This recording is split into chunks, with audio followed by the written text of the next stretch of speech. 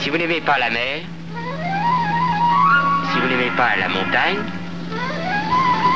si vous n'aimez pas la ville, allez vous faire foutre.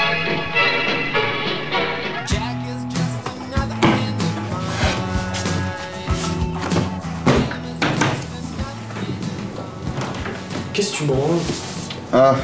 Je suis en train de chercher la BD dont on va parler pour le prochain phylactère en fait. Mais tu cherches quoi exactement? C'est pas évident, il faudrait qu'on trouve quelque chose qui donne envie aux gens de partager l'émission quoi. Ouais, c'est clair, même moi je les partage pas nos vidéos. Messieurs, j'ai peut-être la solution à votre problème. Je me présente, Alain du service marketing. Bon, moi s'il y a du marketing, je me casse.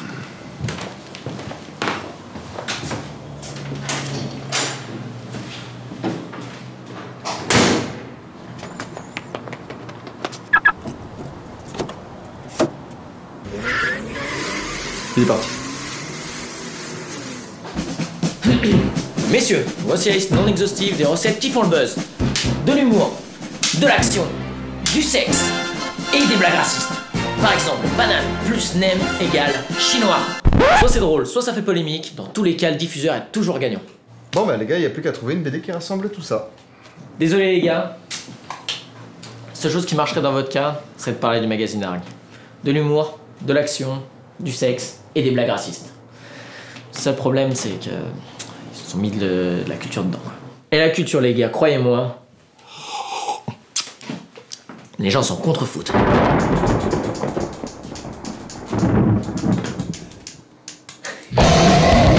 Bonjour et bienvenue dans Phylactère, BD d'hier ou d'aujourd'hui, indépendant ou mainstream, comics, manga ou franco-belge, Phylactère, ça commence maintenant. Et aujourd'hui, j'ai deux bonnes raisons d'être content, parce qu'on va parler de magazine BD, mais aussi on va surtout parler d'un magazine BD indépendant, Arg.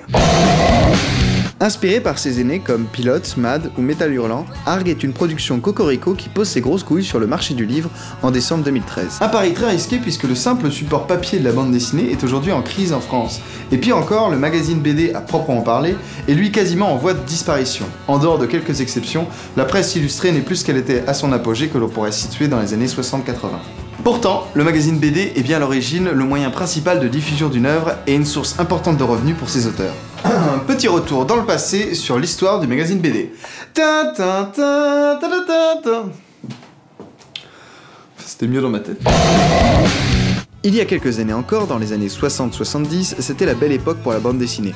Les BD servaient surtout à remplir des journaux et c'est ainsi qu'on découvrait les futurs auteurs qui ensuite avaient aussi droit à ce statut d'auteur de livres, avec leurs propres albums. C'était bonus. Dans les années 80, la presse commence à disparaître déjà, et les auteurs voient une de leurs sources de revenus et de publication disparaître. Non seulement le magazine BD était une source de découverte pour nous lecteurs, mais sa disparition va bouleverser le système économique du marché. Au fur et à mesure, les maisons d'édition de presse se sont transformées en maisons d'édition de livres, et les auteurs se sont retrouvés à être payés non pas en fonction du temps passé, mais de leur valeur sur le marché. C'est une des raisons qui, à mon sens, a fortement influencé la crise que nous traversons aujourd'hui. Mais pour en savoir plus, je vous invite à découvrir juste ici l'excellent reportage Sous les bulles de Mayana Bidegain qui dresse une analyse simple et pertinente des dessous du monde de la bande dessinée. Alors bien sûr, certains magazines luttent encore pour faire vivre et découvrir des auteurs, mais ce sont soit des magazines avec un lectorat fidèle depuis longtemps, comme Fluide Glacial, soit des magazines qui se sont construits autour d'univers publiés en album avant de sortir en magazine. Je pense à Lamphus Mag par exemple, créé en 1998 après le succès de la série Lamphus 3, sortie 4 ans avant. Mais Arg, jeune magazine indépendant sorti de nulle part, ne disposait pas de garantie de succès similaire. Et c'est quasiment à poil, et ça leur va plutôt bien, que nos amis se lancent et la sauce prend. Le magazine est riche, plein d'action, d'humour, d'histoire, de culture, et surtout plein d'indépendance. Un autre petit retour sur le passé, mais le mien cette fois-ci, pour vous donner mon avis sur la bande dessinée indépendante. On s'en bat les couilles. Quand j'ai découvert la BD, c'était tout petit dans la chambre de mon tonton. Pif Gadget Magazine, Placide et Museau, Petit Gaulois et Lonesome Cowboy.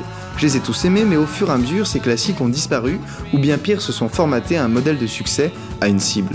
Et à partir de là, je trouve que la bande dessinée cesse d'être une œuvre d'art. Elle devient un produit, une commande, adaptée à une cible et créée pour de l'argent et non plus pour délivrer un message personnel. Et c'est bien ça ma vision d'une œuvre d'art. Quelque chose de personnel. Lucky Luke, Astérix et les autres, Je vous aime, mais vos pères sont partis et j'ai l'impression aujourd'hui qu'on joue aux marionnettes avec vos cadavres. Et c'est également arrivé à toutes les bandes dessinées qui ont perdu leur indépendance de création. Quand j'ai découvert la BD indépendante, j'ai ressenti un nouveau souffle, débarrassé des schémas narratifs qui se répétaient et se répétaient pour chaque série qui vieillissait jusqu'à devenir leur propre caricature. Bien sûr, l'indé ce n'est pas parfait. Ce n'est même pas forcément mieux qu'un bon gros vieux classique mainstream parfois. Mais les œuvres indépendantes donnent de nouvelles idées, de nouvelles tentatives, servent d'exemple ou de contre-exemple. Elles sont par définition personnelles et humaines, et on doit soutenir le plus possible cette volonté d'être libre créativement, parce qu'il n'y a pas d'autre manière de créer, la liberté. Ce propos est également valable pour le cinéma par exemple, ou pour d'autres domaines artistiques. Alors ce n'est que mon avis, mais croyez-moi, soutenir la bonne indépendance pleine de talent, c'est sauver l'art d'une mort certaine et du viol de vos personnages favoris.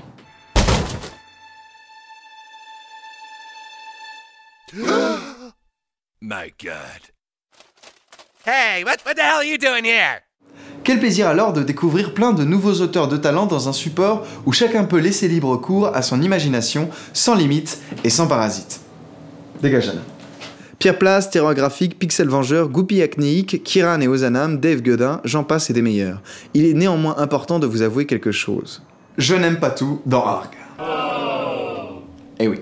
Mais c'est une bonne chose. Je m'explique. Arg est un concentré de créations dont les références et les influences sont plus éloignées les unes que les autres. Dans un coin, on croise Gad qui nous raconte des saloperies, puis des portraits d'illustrateurs. Plus loin, on se retrouve entre Walt Disney et la Cité de Dieu, et en fouillant, on va tomber sur des billets d'humeur, de la culture, des nouvelles, du polar, de la science-fiction, du récit intimiste, etc. Logique que tout ne me touche pas personnellement, mais en revanche, ça n'empêche pas toutes les œuvres qui y sont présentes d'être sincères et efficaces dans leur propre registre. Et c'est aussi pour ça, à mon avis, que Arg est un très bon magazine BD. Aujourd'hui, je me désole de rencontrer encore des gens qui me disent que la bande dessinée est un truc de gamin. Ou alors quelqu'un qui vous sort « Non, la bande dessinée, c'est pas mon truc », mais qui a juste lu Les Blondes dans les chiottes de son beauf il y a 5 ans. Comment oses-tu dire que tu n'aimes pas la bande dessinée? Tu sais pas si t'as pas essayé. Comme le fistfucking. Non mais c'est sûr que si tu es retrouvé avec de la merde dans les mains, ça donne pas envie, mais il y a des goûts et des formats adaptés à chacun. Comme le fistfucking. Non, pour le coup, je parle vraiment de fistfucking là. Arg peut permettre à de futurs lecteurs de se découvrir un intérêt pour la bande dessinée en se retrouvant à l'intérieur de ce magazine. Découvrez et faites découvrir autour de vous ce beau bimestriel de 160 pages qui aura 1 an ce mois-ci avec la sortie du 6e numéro. Alors bon anniversaire et encore bravo les gars. Alors autre chose à souligner avant de se quitter, c'est la beauté du magazine en termes d'édition. Du bon papier qui sent bon l'imprimerie, un graphisme sublime et cohérent, pour mettre en valeur tout ce joli petit monde. Ce bel objet trouvera sa place dans votre chambre, dans votre salon, et même dans vos toilettes, ça aura de la gueule. N'hésitez pas à faire tourner la vidéo et à vous abonner à la chaîne si vous aimez l'émission, parce qu'en réalité, on n'a pas de service marketing. Bon après, si vous aimez pas le dessin, si vous aimez pas la culture, si vous aimez pas la littérature... Allez vous faire foutre.